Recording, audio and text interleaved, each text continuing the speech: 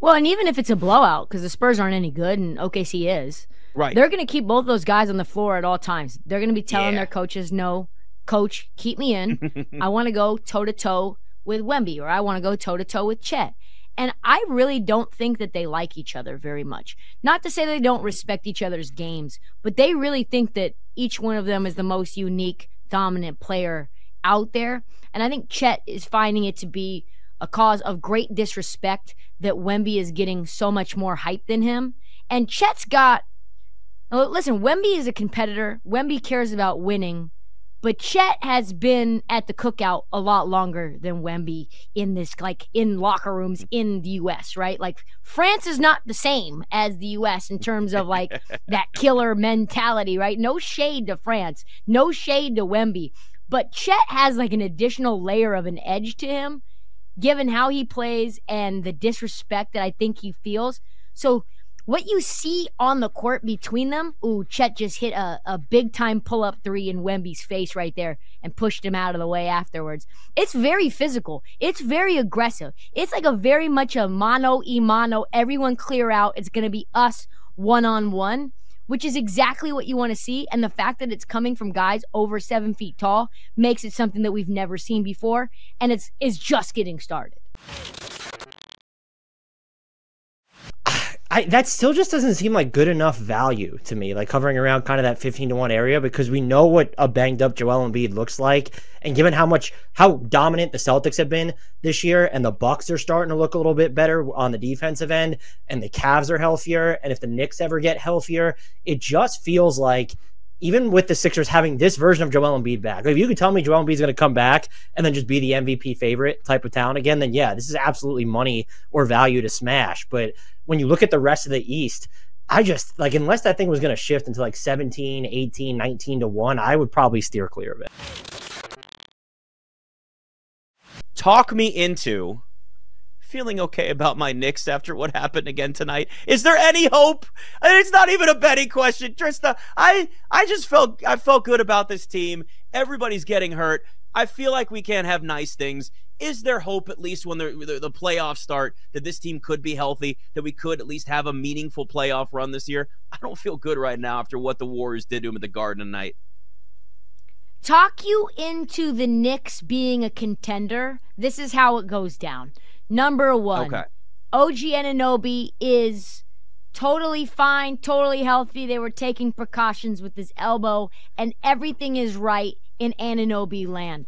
Automatically, the space opens up on the perimeter. That's number one. Number two, Mitchell Robinson, we're seeing him in street clothes right now on the bench. On the bench, he's back with the team. He's hopeful that he will come back and be there for the playoffs. So that plus Hartenstein, now you've got a formidable front court. And you know that Mitchell Robinson, one of the best rim protectors in the league, one of the most valuable, underpaid rim protectors in the league. So now you're kind of set in terms of the center position.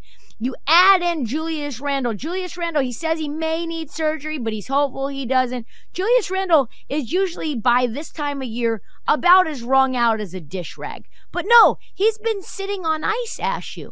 He's been just nursing himself. He's been getting his conditioning up. He's been getting his health up. By the time that the playoffs come, there won't be time enough for him to get worn down. He'll be fresh as a daisy. So he comes back. His health is there. Then you got all that space with OG Anunoby. You're hoping upon hope that Jalen Brunson's ankle and knees are solid. And then you've got all that space for Julius Randle to operate, and he's been playing the best basketball of probably his entire career, even outside of the most improved player award year. And then you look at the East and you're like, it's a dumpster fire. Sixers, they don't have Embiid. Milwaukee, you can't trust them. Maybe you have another rematch with Miami, but you're a better three-point shooting team than them now. And then you got all that depth, Dante DiVincenzo, Josh Hart, and you probably don't even need to use Bojan Bogdanovic. You probably don't even need to use Alec Burks. And if you do, it's in the second unit, and they're hitting down easy, open, knockdown shots. And then before you know it, you've beaten Cleveland. You've beaten Miami. You've beaten the Sixers team without Joel Embiid. And yes, Ashu, now you're in the Eastern Conference Finals playing against the Boston Celtics in what is a year that you could only have dreamed of on February 29th, 2024. Kansas is definitely going to be a top 4 seed in this tournament. And they have made the tournament every single year since 1988. 89, when they won the championship at 88 and then didn't make the tournament the next year. So I guess 90.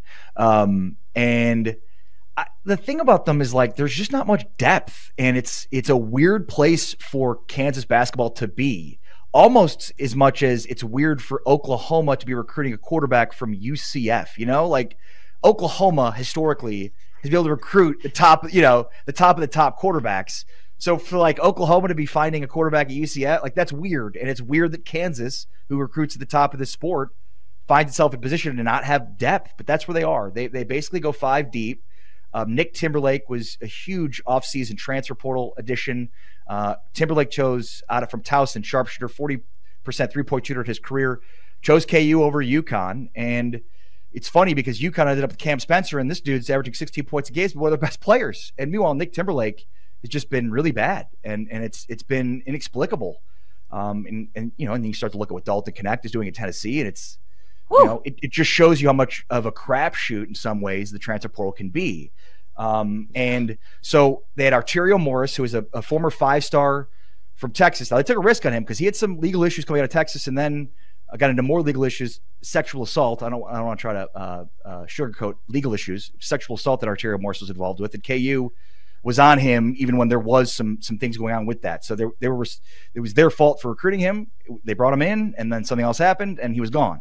But he was supposed to be a huge piece to them, and Nick Timberlake. So both of those guys, Timberlake's on the team, but it's not panning out so far.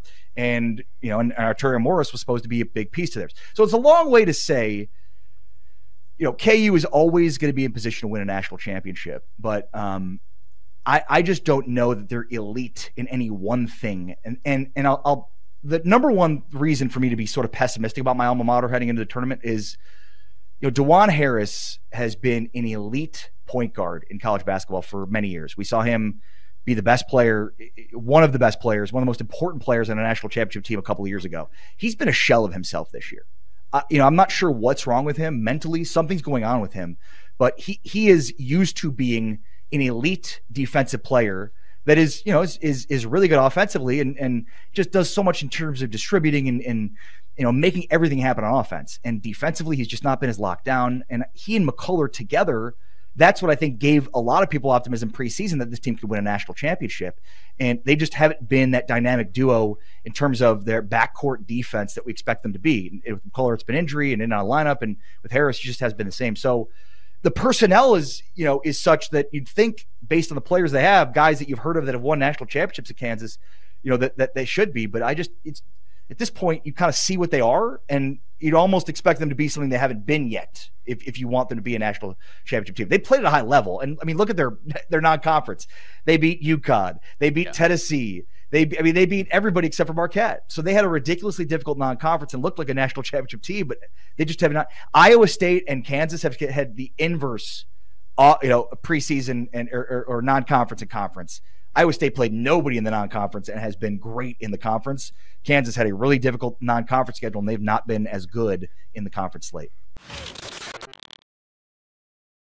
Jayden Daniels is, and I've said this before last season, I'm saying it now, is the best quarterback in this draft.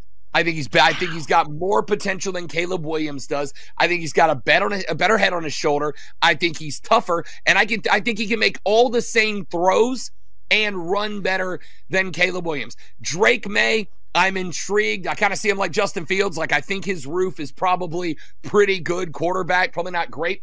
The only guy I see as being great is Jayden Daniels. I said, so we're down here obviously in the Southeast, in the heart of NFC South country.